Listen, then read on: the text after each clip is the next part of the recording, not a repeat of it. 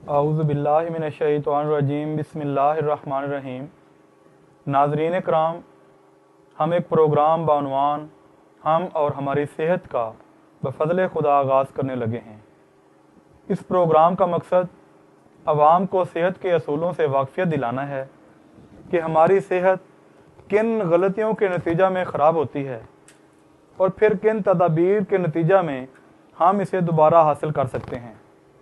بیماری دراصل قدرت کے اصولوں سے روگردانی اور نافرمانی کا دوسرا نام ہے، اور صحت فطرت کے اصولوں کی پیروی کا دوسرا نام ہے۔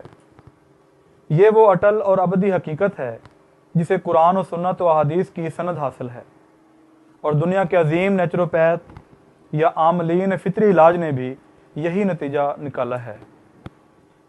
ہم نے آج کے پروگرام میں مکرم ڈاکٹر نذیر احمد مظہر صاحب کو دعوت دی ہے کہ وہ ایک مشہور عام عنوان پر معلومات بہم پہنچائیں کہ قبض بیماریوں کی ماں ہے۔ بطور خاص یہ وضاحت کریں کہ اس مقولہ میں کچھ حقیقت بھی ہے یا مبالغہ امیری پر مشتمل ہے۔ جی ڈاکٹر صاحب، السلام علیکم ورحمۃ اللہ وبرکاتہ۔ وعلیکم السلام ورحمۃ اللہ وبرکاتہ۔ آپ کا کویسچن بہت اچھا ہے ماشاءاللہ، اور ہم سائنسی استدلال کے ذریعے سے انشاءاللہ تعالیٰ یہ ثابت کرنے کی کوشش کریں گے کہ قبض واقعی بیماریوں کی ماں ہے، اور اس میں ذرا بھی کسی قسم کا کوئی مبالغہ نہیں ہے۔ بات یہ ہے کہ انسان کا جسم ایک بہت پیچیدہ مشینری ہے جس کے اندر ظاہری طور پر تو ہم اس کو نہیں دیکھ سکتے، لیکن اس کے اندر مختلف نظام کام کر رہے ہیں، مختلف کال پرزے اور اس طرح کی چیزیں اندر کام کر رہی ہیں۔ اور جس طرح باقی مشینریاں مثلاً موٹر سائیکل، موٹر کار، بس، ہوائی جہاز وغیرہ جو ایندھن سے چلتے ہیں، فیول لیتے ہیں، اور جب ایندھن جلتا ہے تو اس کے نتیجے میں کاربن اور کچرا اور اس طرح کی زہریلی گیسیں پیدا ہوتی ہیں۔ یہ ایک سادہ سی مثال ہے اور یہ سائنسی مثال ہے۔ تو اس کے لیے اگزاس رکھے ہوتے ہیں سیلنسر کی شکل میں، تو اس میں جو اس کا فضلہ ہوتا ہے وہ خارج کیا جاتا ہے۔ اگر یہی سمجھ لیں کہ اگر سیلنسر کو بند کر دیا جائے تو اس کے نتیجے میں کچرا، فضلہ اور کاربن اور گیسیں، دھواں وغیرہ سب اگر اندر بند ہو جائیں تو آپ اس کا خود ہی جواب دیجئے، تصور کیجئے کہ کیا وہ انجن کام کر سکتا ہے، اور کیا اندر کے کال پرزے جو ہیں وہ اس کو متاثر نہیں کریں گے؟ یقیناً کریں گے۔ بالکل اسی طرح انسان کا جو سائلنسر ہے وہ اس کا مقد ہے، اور اس کے ذریعہ سے جو فضلہ، کچرا، زہریلی گیسیں، یہ چیزیں سب خارج ہونا ضروری ہوتی ہیں۔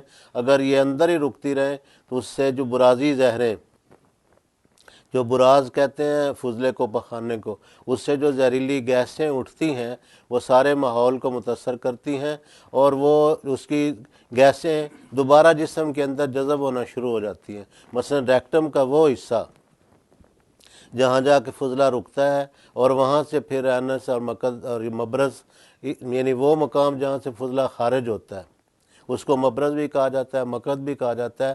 اس حصے، ریکٹم کے اس حصے میں جب فضلہ پڑا رہتا ہے، رکا رہتا ہے، تو اس کے بعد جو ہے نا حصے وہ اندر دوبارہ جذب ہونا شروع ہو جاتے ہیں ان زہریلی گیسوں کے، اور اس سارے اندر کے باطنی ماحول کو، جو انسان کا باطنی ماحول ہے، اس کو متاثر کرتے ہیں۔ اور صرف ایک مرض پیدا نہیں ہوتا، بلکہ اس سے آپ یہ کہیں کہ کون سا مرض ہے جو قبض کے نتیجے میں پیدا نہیں ہوتا۔ ہم یہ کہنے میں حق بجانب ہیں کہ واقعی قبض سے بھی بیماریاں پیدا ہوتی ہیں، گویا کہ قبض بیماریوں کی ماں ہے۔ ڈاکٹر صاحب، نظام اخراج و فضلات کے اعضاء کون کون سے ہیں؟ نظام اخراج فضلات کے اعضاء 4 ہیں۔ اللہ تعالیٰ نے جسم انسانی کو بیماریوں سے پاک رکھنے کے لیے 4 قسم کے اعضاء پیدا کیے ہیں، جن میں انتڑیاں، پھیپھڑے، گردے اور جلد ہیں۔ اور ان میں انتڑیوں کو بہت اعلیٰ مقام حاصل ہے، بہت امپورٹنس ہے، ان کی اہمیت ہے۔ یہ نہیں کہ باقیوں کی اہمیت نہیں ہے، بلکہ ان کی اہمیت اپنی جگہ پہ ہے، کیونکہ نظام انہضام جو ہے اس میں جو چیزیں چلتی ہیں، یعنی اس کا جو کچرا اور فضلہ ہوتا ہے اس کا اخراج ضروری ہوتا ہے۔ تو انتڑیوں کے راہ سے جو اخراج فضلہ ہے وہ ہونا ضروری ہوتا ہے۔ جو ماہرین ہیں فطری علاج کے، انہوں نے قرار دیا ہے کہ اگر ہاضمہ عمدہ ہوگا تو اس کے نتیجے میں اخراج فضلہ بھی مکمل طور پر ہوگا، اور زہریلی چیزیں جو جب باہر نکلیں گی تو خود ہی نہیں نکلیں گی، اور بھی بہت ساری چیزیں ساتھ لے کر نکلتی ہیں۔ قبض کے لغوی معنی کیا ہیں؟ قبض کے لغوی معنی ہیں، یہ عربی کا لفظ ہے، عربی لغت ہے، اور یہ مذکر استعمال ہوتا ہے، بعض لوگ اس کو مؤنث استعمال کرتے ہیں جو غلط ہے، اور اس کے معنی ہیں لغوی اعتبار سے تنگی، بستگی، اور اس کا الٹ اور متضاد لفظ ہے بست، بے سین توئے، بست کا مطلب ہوتا ہے کشادگی۔ ڈاکٹر صاحب آپ ہمارے ناظرین کو بتائیں کہ قبض کے طبی و اصطلاحی معنی کیا ہیں؟ لغوی اعتبار سے تو میں نے بتا دیا، لیکن اس میں جو طبی طور پر یا اصطلاحی طور پر جہاں اس کا اطلاق ہوتا ہے وہاں اس سے مراد ہے کہ فضلہ کا مکمل طور پر جسم سے الگ نہ ہونا اور اس کا کچھ حصہ اندر بچ رہنا۔ اخراج فضلہ کا عمل کس طرح وقوع پذیر ہوتا ہے؟ ہوتا یوں ہے کہ جب ہم کوئی چیز کھاتے ہیں تو نظام ہضم کا عمل ہمارے منہ سے شروع ہو جاتا ہے، اور پورے اس پروسیس میں، پورے اس عمل میں مختلف لعابات اور مختلف رطوبات، جن کا ہم اگر نام پیچیدہ طور پر لوگوں کے لیے ایک الجھن کا باعث بنے گا، کیونکہ ہم عام فہم پروگرام کرنا چاہتے ہیں، ان کا ہم نام لیے بغیر یہ بتاتے ہیں کہ جو مختلف لعابات اور رطوبات ہوتی ہیں اور عمل ہاضمہ میں ممد و معاون ہوتی ہیں، ان کا کام شروع ہو جاتا ہے۔ جب مختلف مراحل سے وہ غذا گزرتی ہے تو بالآخر وہ ریکٹم کا حصہ، مائع مستقیم جس کو کہتے ہیں، وہ وہاں پہنچ جاتا ہے، اور وہ جو فضلہ ہوتا ہے وہ وہاں جا کے کچھ دیر رکتا ہے، اور اس کے بعد ادراک یا احساس ہوتا ہے، انسان کو رفع حاجت کی یا قضائے حاجت کی ضرورت محسوس ہوتی ہے۔ تو اس کے آگے جو مائع مستقیم یا ریکٹم کا آخری حصہ ہے اس کو مقد یا مبرز کہتے ہیں، اور وہاں سے اخراج فضلہ کا جو کام ہے وہ ہوتا ہے۔ تو اگر تو ہماری غذا میں ریشہ دار چیزیں ہوں، جیسے کہ مختلف سیلڈز ہیں، مختلف سلاد ہیں، یا موٹے انچنے کی آٹے کی روٹی ہے، اس طرح کر کے اس کو برین بھی کہا جاتا ہے، یعنی چوکر، سوڑا وغیرہ جس کو پنجابی میں سوڑا کہتے ہیں، وہ جو چیزیں ہوتی ہیں وہ جلدی سے حرکت کرتی ہیں، انتڑیاں ایک حرکت کرتی ہیں، ان کے نتیجے میں وہ جو فضلہ ہوتا ہے آگے حرکت کرتا رہتا ہے۔ جب وہ اس مقام پہ پہنچ جاتا ہے جس کو ریکٹم کہا جاتا ہے تو وہاں پھر اس کے آخری حصہ سے اینس یا مقد یا مقام اخراج فضلہ سے وہ خارج ہو جاتا ہے۔ ڈاکٹر صاحب آپ نے ہمارے ناظرین کو قبض کے حوالہ سے بڑی اچھی معلومات پہنچا رہے ہیں، اس کے ساتھ ہمیں یہ بتاتے چلیں کہ کون کون سی ایسی غذائیں ہیں جو جسم سے جلد خارج ہو جاتی ہیں؟ ایسی غذائیں جن میں فائبر یا ریشہ زیادہ ہوتا ہے، وہ گویا کہ ایک قسم کے ان کے پاؤں ہوتے ہیں یا ان کے پر ہوتے ہیں، جن کے نتیجے میں جس طرح ایک پرندہ اڑتا ہے یا اس طرح کوئی چیز چلتی ہے وہ چل کے نکل جاتی ہے، جس طرح ٹائر کے اوپر گڈیاں یا ابھار بنائے ہوتے ہیں، ان کے اوپر وہ پہیہ یا ویل چلتا ہے تو وہ حرکت کرتا ہے اور اس کی سپیڈ میں اضافہ ہوتا ہے۔ اگر اس سے سمجھ لیں، کیونکہ یہ ساری باتیں سائنسی ہیں، اگر ایک شیشے کی طرح ملائم ایک سڑک ہو اور اس کے اوپر جو ویل بنائے اس کے گڈیاں نہ ہوں، بار نہ ہوں، اور بالکل ملائم ہو تو وہیں پھرتا رہے گا۔ اس کے مقابلے میں اگر ہم ایسی چیزیں کھائیں جن میں رفنیس ہو، کھردرا پن ہو، کھردراہٹ ہو، تو وہ جلدی جسم سے خارج ہوں گی، انتڑیوں سے خارج ہوں گی۔ لیکن ایسی چیزیں، ایسی غذائیں جن میں ملائمت پائی جاتی ہے، جیسے کہ میدہ کی مصنوعات ہیں، اسی طرح کر کے بعض ایسی غذائیں ہیں جیسے دودھ، انڈا، گوشت، پنیر وغیرہ، ان میں پھوگ یا جو فضلہ ہے وہ بہت کم ہوتا ہے، ریشہ بہت کم ہوتا ہے، تو اس وجہ سے وہ انتڑیوں کے اندر چپک جاتی ہیں، چمٹ جاتی ہیں، اور گویا کہ وہ ازراہ تفنن کو کہا جاتا ہے کہ وہ قسم کی شرمیلی غذائیں ہیں، وہ گویا کہ شرم کے مارے باہر نہیں آنا چاہتی۔ یہ تو ایک مزاحن بات کہی گئی ہے، ورنہ یہ ہے کہ جو غذائیں گویا کہ رفنیس اپنے اندر رکھتی ہیں، کھردرا پن رکھتی ہیں، ان کا وہ پھول کے باہر، یعنی حجم بڑھا کے باہر نکلنے کی کوشش کرتی ہیں۔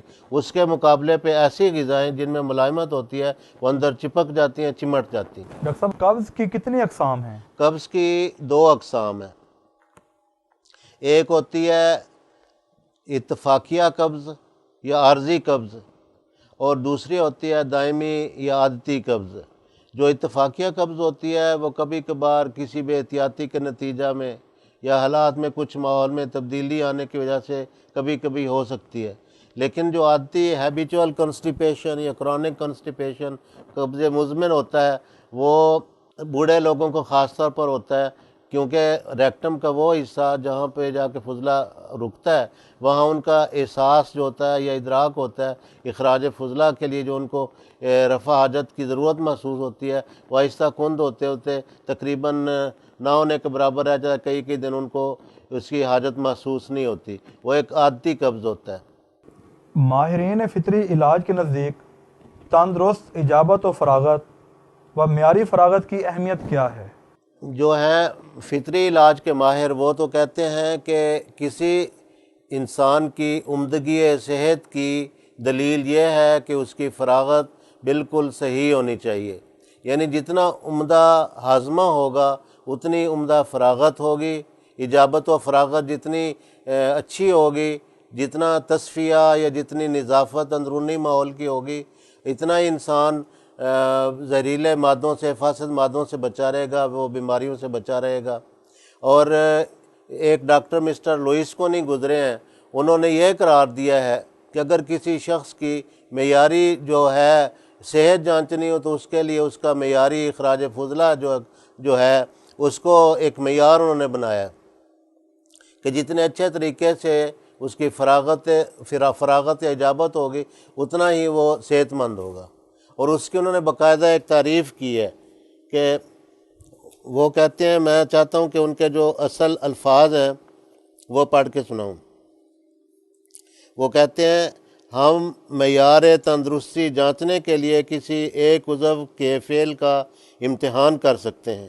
اس کا سب سے عمدہ طریق یہ ہے کہ ہم اپنے انہی اعضاء کو دیکھیں جن کے افعال کی جانچ بخوبی اور بآسانی ہو سکتی ہے، اور ایسے اعضاء وہ ہیں جن کو آلات ہضم کہا جاتا ہے۔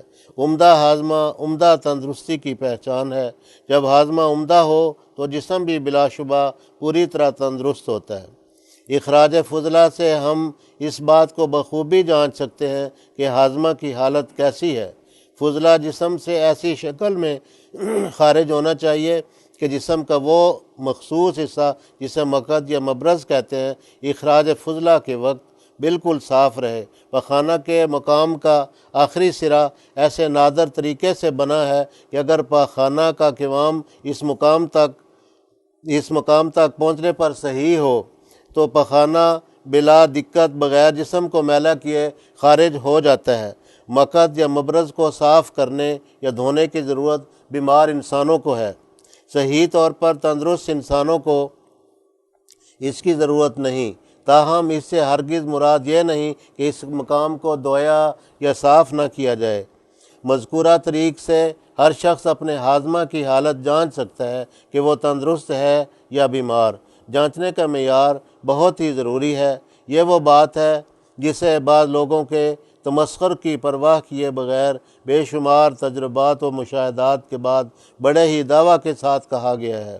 فضلہ کی کیفیت و ماہیت کے بارے میں مزید وہ یہ وضاحت کرتے ہیں کہ تندرست آدمی کا فضلہ بیلن یعنی لکڑی کا وہ مدور اوزار جس سے روٹی بیلتے ہیں کی شکل کا ہونا چاہیے اور پختہ ہو مگر سخت نہ ہو۔ بدن کو خراب کیے بغیر اس سے الگ ہو جائے اور اس کا رنگ بھورا ہو، نہ سبز نہ سلیٹی مائل نہ سفید۔ فضلہ پتلا نہ ہو اور نہ خون آلودہ، اس میں کیڑے نہ ہوں۔ پتلے فضلہ کا اخراج ایسے ہی مرض کی علامت ہے جیسے کروی، خمیدہ یا مڑا ہوا شکل کا سیاہ رنگ کا سخت فضلہ۔ یہ کہ پخانہ کس قدر اور کتنی مرتبہ ہوا فضول بات ہے، اس کی کوئی اہمیت نہیں۔ وہ آگے لکھتے ہیں کہ براز یعنی پخانہ خفیف بھورے رنگ کا ملائم اور بستہ ہو، اس پر ایک لیس دار تہ پائی جائے تو جاننا چاہیے کہ ہاضمہ درست ہے۔ پخانہ کے لیے گدے کی شکل کا ہونا خارج ہوتے وقت جسم کو نہ لگے تو یہ تندرست آدمی کی فراغت کی دلیل ہے، اور یہی تندرست جانور کی نشانی ہے۔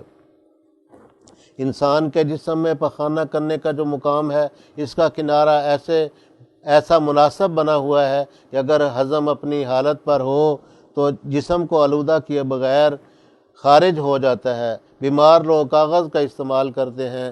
علاوہ ازیں پخانہ سے ناپسندیدہ و ناگوار اور مضرت رساں بو کبھی نہ نکلنی چاہیے۔ اگر ایسی بو ہو تو ہضم کے خمیر میں کوئی غیر معمولی حالت پیدا ہو گئی ہے، اسی لیے خشکی یا قبض ہوا ہے۔